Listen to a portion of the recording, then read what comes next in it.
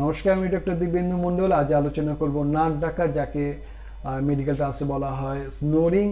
এই নাক ডাকা বা স্নোরিং সাধারণত মানুষের কোনো ক্ষতি করে না, কিন্তু যারা আশেপাশে থাকে, অর্থাৎ যিনি নাক ডাকছেন তিনি তো বুঝতে পারেন না যে কত জোরে নাক ডাকছেন।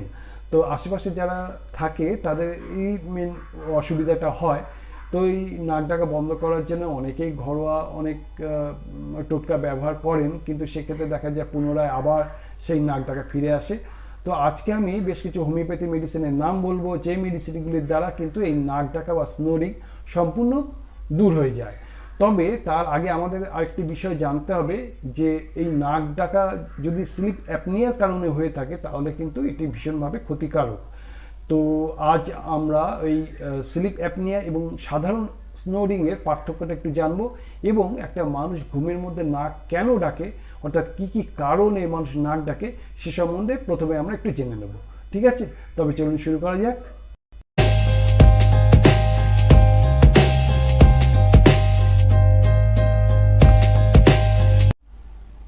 প্রথমে আসি কারণ, অর্থাৎ কী কী কারণে এই নাক ডাকা বা স্নোরিং হয়ে থাকে। এক নম্বর হচ্ছে টেচার কোলিন সিনড্রোম বলে একটি ডিজিজ, যেটি হচ্ছে বংশগত, অর্থাৎ যে বংশগত কারণে যদি যে ফেসিয়াল যে বোনগুলো আছে, যে হাড়গুলো আছে, সেগুলো ঠিকমতো ডেভেলপ হয় না, সেক্ষেত্রে কিন্তু এই নাক ডাকার একটা টেন্ডেন্সি থাকে। এছাড়া হয় হাইপোথাইরয়েডিজম, অর্থাৎ ঠিকমতো যদি থাইরয়েড হরমোন নিঃসৃত না হয় সেক্ষেত্রে নাক ডাকার কারণ হতে পারে। এছাড়া ওবেসিটি, অনেক যদি খুব মোটা হয়ে গিয়ে থাকে সেক্ষেত্রে কিন্তু নাক ডাকার একটা টেন্ডেন্সি থাকে। এছাড়া অ্যালকোহল, খুব বেশি যদি কেউ অ্যালকোহল কনজিউম করে সেক্ষেত্রেও কিন্তু এই নাক ডাকার প্রবলেম আসতে পারে। এছাড়া নাকের মধ্যে যদি কোনো পলিপাস থাকে বা পলিপস থাকে, অর্থাৎ নাকের মধ্যে মাংস বেড়ে যায়, অথবা যদি কোনো সাইনাস ইনফেকশান থাকে, অ্যালার্জি থাকে, তার কারণে যদি নাক বন্ধ হয়ে গিয়ে থাকে সেক্ষেত্রেও কিন্তু এই স্নোরিং হওয়ার চান্স থাকে। আরেকটি কারণ হচ্ছে স্লিপ অ্যাপনিয়া। স্লিপ অ্যাপনিয়া আমি এর আগে বলছিলাম যে সাধারণ যে স্নোরিং সেটা তো কোনো ক্ষতি করে না, কিন্তু স্লিপ অ্যাপনিয়া ব্যাপারটি হচ্ছে আমাদের যে শ্বাস আমরা যে নিচ্ছি তার যে এয়ার মানে যে হাওয়া মানে বাতাস যাওয়ার যে রাস্তাটা, সেই রাস্তার মধ্যে যদি কোনো ব্লকেজ থাকে, ব্লকেজ থাকার ফলে কি হয়, ঘুমের মধ্যে হঠাৎ করে শ্বাস আটকে যায়, অর্থাৎ নাক ডাকছে ডাকতে ডাকতে হঠাৎ করে দম আটকে যাওয়ার মতো বা শ্বাস আটকে যায়, তাড়াতাড়ি করে ঘুম ভেঙে যায় এবং উঠে বসে। আবার কিছুক্ষণ পরে আবার ঘুমানোর চেষ্টা করে, কিছুক্ষণ ঘুমানোর মধ্যে আবার নাক ডাকতে হঠাৎ করে আবার শ্বাস আটকে যায়, আবার উঠে পড়ে। এরকম যদি বারবার এরকম শ্বাস আটকে যেতে থাকে সেই ক্ষেত্রে কিন্তু খুবই একটি খারাপ লক্ষণ, একে বলা হচ্ছে স্লিপ অ্যাপনিয়া। এই স্লিপ অ্যাপনিয়ার কারণেও কিন্তু মানুষ নাক ডাকে। তো এই দুটো পার্থক্য আমরা বুঝলাম, যে সাধারণ স্নোরিং আর একটি হচ্ছে স্লিপ অ্যাপনিয়া কীরকম হয়। ঠিক আছে, এবার একটু ছবিটা দেখে নেওয়া যাক। ছবিটা দেখলে আর একটু পরিষ্কার হয়ে যাবে যে কেন আমরা নাক ডাকি, অর্থাৎ কীভাবে নাকের মধ্যে শব্দ হয়। সেটা হচ্ছে এই যে একটু লক্ষ্য করলে বোঝা যাবে, এই যে মুখ থেকে যে বাতাস যাওয়ার যে রাস্তাটা এবং নাক দিয়ে যে বাতাস যাওয়ার রাস্তা, ঠিক তার মাঝখানে যে অংশটা, একে বলা হয় সফট প্লেট।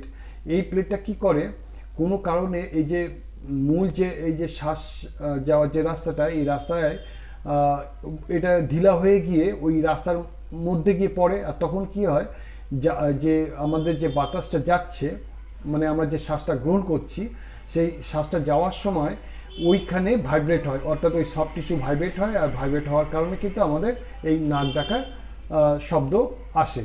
আর এইটা কি হয়, কোনো সময় ঢিলা হয়ে যেতে পারে, এই যে সফট যে প্লেটটা আছে এটা ঢিলা হয়ে গিয়ে ওখানে ঝুলে পড়ে।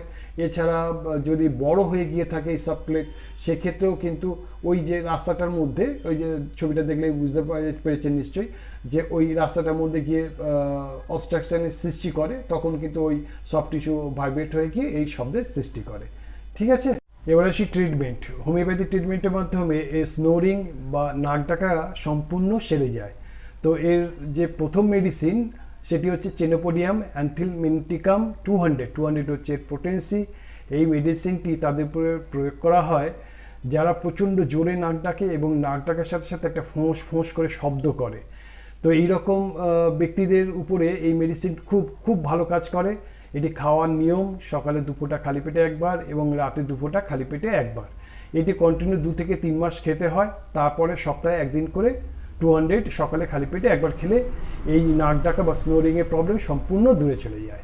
ঠিক আছে, এরপরে মেডিসিনটি হচ্ছে ওপিয়াম পোটেসিটা আমি একটু পরে বলছি। এই ওপিয়াম মেডিসিনটা তাদের উপরে প্রয়োগ করা হয় যারা প্রচণ্ড নাক ডাকে, মানে ঘুমানোর সাথে সাথেই নাক ডাকা শুরু করে দেয়, এবং এদের যে ঘুম সেটি হচ্ছে অসাড়ে ঘুম, মানে এত গভীর ঘুম যে কোনো সারা শব্দ এদের থাকে না, আর সবসময় একটা তন্দ্রা ভাব থাকে, অর্থাৎ সবসময় একটা ঘুম ঘুম ভাব থাকে। এই রকম পেশেন্টদের উপরে এই ওপিয়াম খুব খুব ভালো কাজ করে। তো ওপিয়ামটা খাওয়ার নিয়ম হচ্ছে প্রথমে 30 পোটেন্সিতে 2 ফোঁটা করে সকালে একবার এবং সন্ধ্যেবেলা একবার খেতে হবে খাওয়ার আগে। এটি কন্টিনিউ 1 মাস খাওয়ার পরে 200 সকালবেলা একবার করে খেতে হবে। তারপরের মাস থেকে 1 m সপ্তাহে একবার, মানে ওপিয়াম 1 m পোটেন্সিতে সপ্তাহে একবার করে খেতে হবে। এইভাবে 2-3 মাস খাওয়ার পরেই দেখা যাবে যে এই নাক ডাকা বা স্নোরিং সম্পূর্ণ কিওর হয়ে গেছে।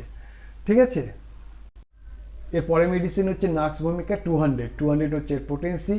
এই নাক্স ভম মেডিসিনটি তাদের উপর প্রয়োগ করা হয় যারা মেন্টাল স্ট্রেসের কারণে ঠিকমতো ঘুমোতে পারে না, অনেক রাত অবধি জেগে থাকে এবং মেন্টাল স্ট্রেস কাটানোর জন্য অ্যালকোহল পান করে, এবং যাদের মেজাজ একটু খিটখিটে ধরনের হয়ে গেছে এবং শীর্ণ শরীর হয়ে গেছে, সেক্ষেত্রে যদি স্নোরিং বা নাক ডাকার প্রবলেম হয়ে থাকে তবে এই মেডিসিনটি অবার্থ একটি মেডিসিন। এই মেডিসিনে খাওয়ার নিয়ম সকালে 2 ফোঁটা খালি পেটে একবার এবং সন্ধেবেলা অর্থাৎ সূর্যাস্তের আগে 2 ফোঁটা একবার। আর এর পোটেন্সি হচ্ছে 200 অর্থাৎ নাক্স ভূমিকা 200। এটি কন্টিনিউ 3 থেকে 4 মাস কন্টিনিউ খেয়ে যেতে হয়। তারপরে সপ্তাহে একবার করে 200 একটা করে ডোজ খেলেই এই যে নাক ডাকার যে প্রবলেম এটি সম্পূর্ণ কিওর হয়ে যায়। এরপরে মেডিসিনটি হচ্ছে চায়না 30 হচ্ছে পোটেন্সি। এটি হচ্ছে বাচ্চাদের ক্ষেত্রে, ছোট ছোট বাচ্চাদের, মানে যদি কিশোর বয়সে যেসব ছেলেমেয়েরা তারা যদি নাক ডাকে সেক্ষেত্রে এই মেডিসিনটি অবার্থ একটি মেডিসিন। এদের একটা প্রবলেম হয় যে অতিরিক্ত পেটে গ্যাসের একটা প্রবলেম থাকে, ঠিকমতো খাবার হজম করতে পারে না, সাথে যদি এই নাক ডাকার প্রবলেম থাকে সেক্ষেত্রে এই মেডিসিনটি খুব খুব ভালো একটি মেডিসিন। এটি খাওয়ার নিয়ম সকালে 2 ফোঁটা খালি পেটে একবার এবং রাতে 2 ফোঁটা খাওয়ার আগে একবার। এটিও 2-3 মাস কন্টিনিউ খেতে হয়, তাহলে যে বাচ্চাদের যে নাক ডাকার যে প্রবলেম সেটি সম্পূর্ণ কিওর হয়ে যায়। পরে মেডিসিন হচ্ছে লিমনা মাইনার 200 পোটেন্সি। এই লিমনা মাইনার তাদের উপর প্রয়োগ করা হয় যাদের নাকের পলিপাসের কারণে যদি এই নাক ডাকা হয়ে থাকে, অর্থাৎ নাকের মধ্যে যদি মাংসের বৃদ্ধি হয়। আপনারা যে কেউ টর্চে দিয়ে নাকটা দেখতে পারেন, নাকের মধ্যে যদি দেখা যায় গোল গোল ধরনের মাংস বৃদ্ধি পেয়েছে, তাহলে কিন্তু এই মেডিসিনটি অবার্থ একটি মেডিসিন। এই মেডিসিনের মাধ্যমে নাকের পলিপাস তো ঠিক হয়েই যায়, সাথে যে নাক ডাকার যে প্রবলেম সেটিও সম্পূর্ণ কিওর হয়ে যায়। এটি খাওয়ার নিয়ম সকালে 2 ফোঁটা খালি পেটে একবার, অর্থাৎ লিমনা মাইনার 200 সকালে 2 ফোঁটা খালি পেটে একবার এবং রাতে 2 ফোঁটা খাওয়ার আগে একবার। এটিও কন্টিনিউ 2 থেকে 3 মাস কন্টিনিউ খেতে হয়, তারপরে সপ্তাহে একদিন করে খেয়ে যেতে হয়, তাহলে এই ডিজিজটি সম্পূর্ণ কিওর হয়ে যায়। ঠিক আছে, এরপরে মেডিসিনটি হচ্ছে ক্যালিসাল্ফ 200 মেডিসিনটি খুব ভালো একটি মেডিসিন এই নাক ডাকার ক্ষেত্রে।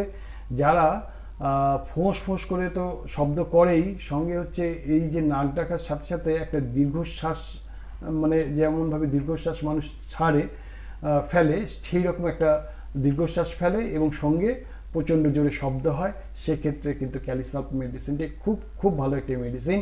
এটি খাওয়ার নিয়ম সকালে 2 ফোঁটা করে খালি পেটে একবার, মানে 200 পোটেন্সিতে, এবং রাতে 2 ফোঁটা খাওয়ার আগে একবার। এটিও 2-3 মাস কন্টিনিউ খেতে হয়। আর স্লিপ অ্যাপনিয়ার কারণে যদি এরকম স্নোরিং হয়ে থাকে, অর্থাৎ আমি বলছিলাম যেটা স্লিপ অ্যাপনিয়া কীভাবে হয়, মানে কী কী লক্ষণ দেখা দেয় সেটা তো আমি আগে বললাম। তো সেক্ষেত্রে যদি ওই ঘুমের মধ্যে শ্বাস আটকে যায়, মানে স্নোরিং হতে হতে, মানে নাক ডাকতে হঠাৎ করে যদি শ্বাস আটকে যায়, সেক্ষেত্রে ল্যাকেসিস 200 এই মেডিসিনটি ব্যবহার করা যেতে পারে। সকালে 2 ফোঁটা করে খালি পেটে একবার, অনেক দিন খেতে হয়।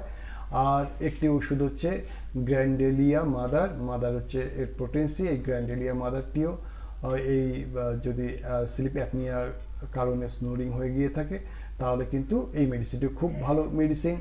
এটি হয় কি, ওই ঘুমের মধ্যে শ্বাস আটকে যায়, অর্থাৎ ঘুমানোর আগেই, মানে শুতে গেছে, প্রথম যে ঘুম আসছে সেই মুহূর্ত থেকে উনি শ্বাসকষ্ট শুরু হয়ে যায়, অর্থাৎ যেন মনে হয় গলার কাছে কিছু আটকে গেল, বা গলায় কেউ চাপা দিয়ে কোনো জিনিস দিয়ে চাপা দিয়ে দিচ্ছে, এরকমভাবে যদি শ্বাস আটকানোর একটা সেন্সেশন হয়, সেক্ষেত্রে কিন্তু গ্যাংডেলিয়া মাদারটা খুব খুব ভালো একটি মেডিসিন। এটি খাওয়ার নিয়ম 20 ফোঁটা করে হাফ কাপ জলে সকালে একবার এবং সন্ধ্যেবেলা 20 ফোঁটা করে হাফ কাপ জলে একবার। এটিও বেশ অনেক দিন খেতে হয় যদি স্লিপ অ্যাপনিয়ার কারণে স্নোরিং হয়ে গিয়ে থাকে। ঠিক আছে, এ তো গেল মেডিসিন। এছাড়া আমাদের যেটা করতে হবে সেটা হচ্ছে কাত হয়ে শোয়ার চেষ্টা করতে হবে, মাথায় বালিশ নিতে হবে এবং অ্যালকোহল যদি কনজিউম করার হ্যাবিট থাকে তাহলে সেটাকে ছাড়তে হবে। এবং যদি খুব ওবেসিটি অর্থাৎ খুব মোটা যদি হয়ে গিয়ে থাকে তাহলে এক্সারসাইজ করে বা অন্যান্য খাবারের দিকে নজর দিয়ে ওয়েটটাকে কমাতে হবে। এবং আরেকটি যেটি করতে হবে, প্রত্যেক দিন প্রাণায়াম যদি করা যায় সেক্ষেত্রে খুব ভালো। বিশেষ করে অনুলোম বিলোম যে প্রাণায়াম যেটা আছে সেটা করা যেতে পারে। আমার এই চ্যানেলের মধ্যেই আমি সে একটা ভিডিওতে দেখিয়েছি যে নর্মালি ওষুধ ছাড়া কিভাবে প্রেশার, আমাদের যে হাই ব্লাড প্রেশার আছে সেটাকে কমানো যায়, সে সম্বন্ধে আমি এই অনুলোম বিলোম প্রাণায়ামের কিভাবে করতে হয় সেটা আমি দেখিয়ে দিয়েছি। এই প্রাণায়াম যদি করা যেতে পারে তাহলে কিন্তু খুব খুব ভালো রেজাল্ট পাওয়া যায় এই নাক ডাকা বা স্নোরিংয়ের ক্ষেত্রে। আরেকটি বলে রাখি যে এই যারা মেডিসিন খাবেন তারা কিন্তু কাঁচা পেঁয়াজ খাবেন না এবং তেঁতুলের টকটা অ্যাভয়েড করার চেষ্টা করবেন। আর যদি কেউ অন্যান্য মেডিসিন খান, অর্থাৎ কেউ প্রেশারের ওষুধ খায়, কেউ সুগারের ওষুধ খায়, কিন্তু সেক্ষেত্রে প্রেশারের ওষুধ বা সুগারের ওষুধ বা থাইরয়েডের ওষুধ বন্ধ করার কোনো দরকার নেই। শুধুমাত্র এই হোমিওপ্যাথিক মেডিসিন খাওয়া 1 ঘন্টা আগে, মানে 1 ঘন্টা মোটামুটি গ্যাপ রাখবেন। অর্থাৎ যদি হোমিওপ্যাথি ওষুধ খান তাহলে 1 ঘন্টার মধ্যে আর অ্যালোপ্যাথিটা খাবেন না, 1 ঘন্টা পরে গিয়ে খেতে পারেন। ঠিক আছে, তো আজ এতটাই। যদি ভিডিওটি ভালো লেগে থাকে তবে লাইক করে রেখে দিতে পারেন, আর পরবর্তী ভিডিওগুলো দেখার জন্য চ্যানেলটাকে সাবস্ক্রাইব করে রেখে দিতে পারেন। সুস্থ থাকুন, ভালো থাকুন, নমস্কার।